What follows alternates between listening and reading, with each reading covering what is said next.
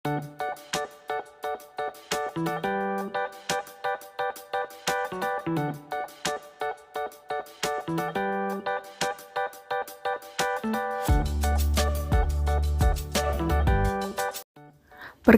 psikososial merupakan suatu teori yang dikembangkan oleh Erik Erikson, yaitu seorang psikoanalisis asal Jerman yang menitikberatkan bagaimana pengaruh sosial. Menurut Erikson, anak pada usia 5-13 tahun berada pada di tahap industri versus inferiority.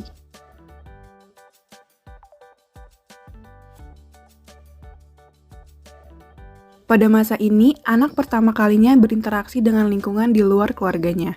Di masa inilah, anak banyak mengalami perkembangan sosial di mana ia terhubung dengan teman dan guru di sekolah ataupun di lingkungan sosial lainnya seperti tempat kursus, klub musik, dan lain sebagainya.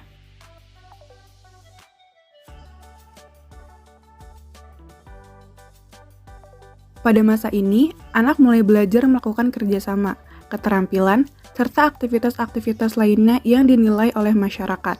Apabila ia berhasil mempelajari dan menerapkan nilai-nilai lingkungannya, dapat dikatakan ia dapat menjalankan peran sosialnya dengan baik. Ia produktif dan berkontribusi pada masyarakat sehingga mampu mencapai industrinya.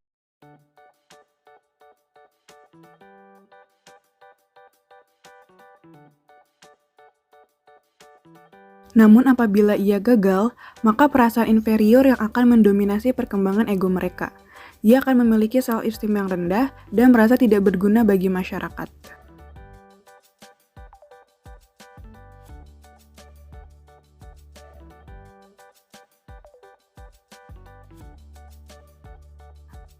Pada tahap awal usia sekolah, melalui interaksi sosial, anak-anak mulai mengembangkan perasaan bangga terhadap kemampuan dan prestasi. Orang tua dan guru mendorong dan membimbing mereka untuk mengembangkan keterampilan dan kepercayaan diri mereka. Keseimbangan yang berhasil pada tahap perkembangan psikososial ini meningkatkan kekuatan yang dikenal sebagai kompetensi, di mana anak-anak memperoleh kepercayaan diri dalam kemampuan mereka untuk melakukan tugas-tugas yang diberikan kepada mereka.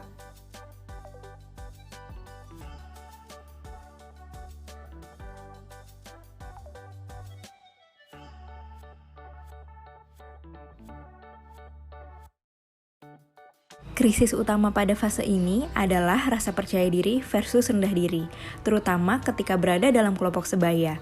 Pada fase ini, sang anak cenderung lebih aktif secara fisik dan lebih kompetitif. Akan tetapi, anak akan sangat marah jika diberikan pembatasan. Pada perkembangan emosi dan perilaku, pada masa ini mereka lebih sadar terhadap apa yang dimilikinya dan perasaan individu lain.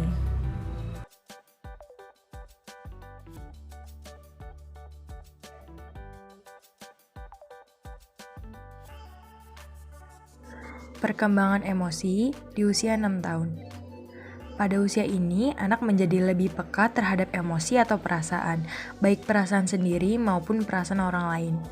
Anak juga mulai membentuk sikap kemandirian.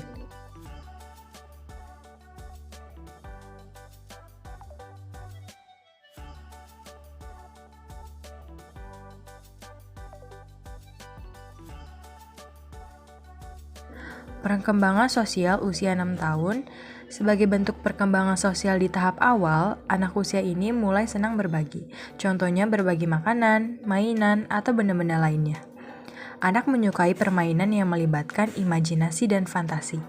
Dan anak juga ingin menghabiskan waktu bermain dengan orang tuanya, temannya, dan sebagainya.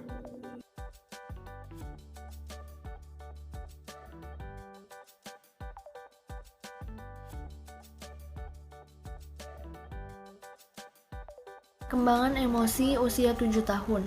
Pada usia 7 tahun, anak sudah lebih dewasa dalam mengatur perasaan yang dimilikinya. Akan tetapi, mungkin sesekali masih sering tidak bisa menahan dirinya saat merasa sedih atau marah.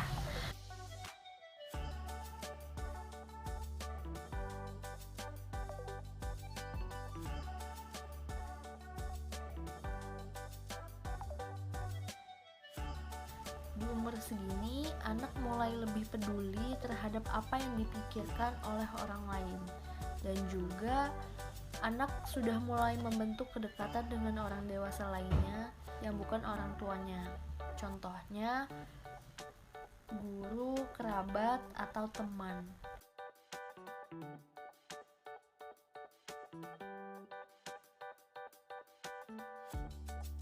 Di sini ada perkembangan emosi anak pada usia 8 tahun. Pada usia ini, anak mungkin bisa menutupi perasaan demi menjaga perasaan orang lain. Selanjutnya ada perkembangan sosial anak pada usia 8 tahun.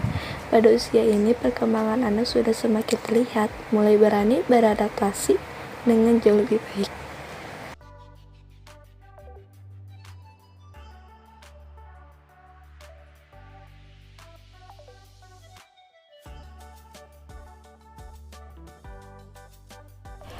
Perkembangan emosi pada usia 9 tahun.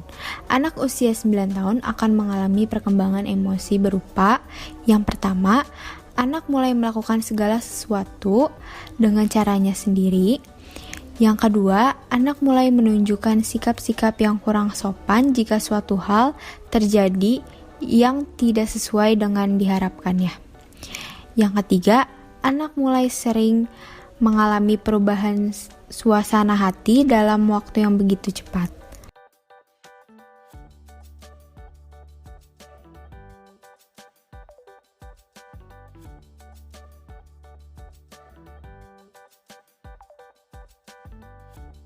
Perkembangan sosial usia 9 tahun.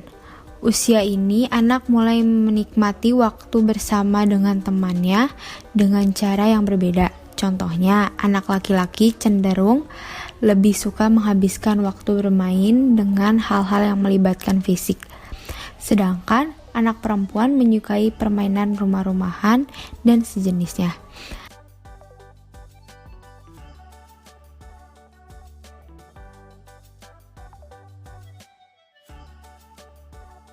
Masalah emosional yang umumnya terjadi.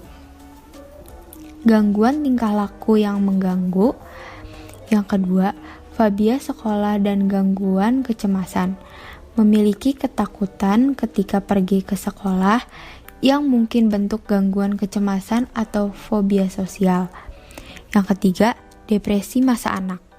Perasaan tidak memiliki teman, ketidakmampuan bersenang-senang atau bermain bersama-sama.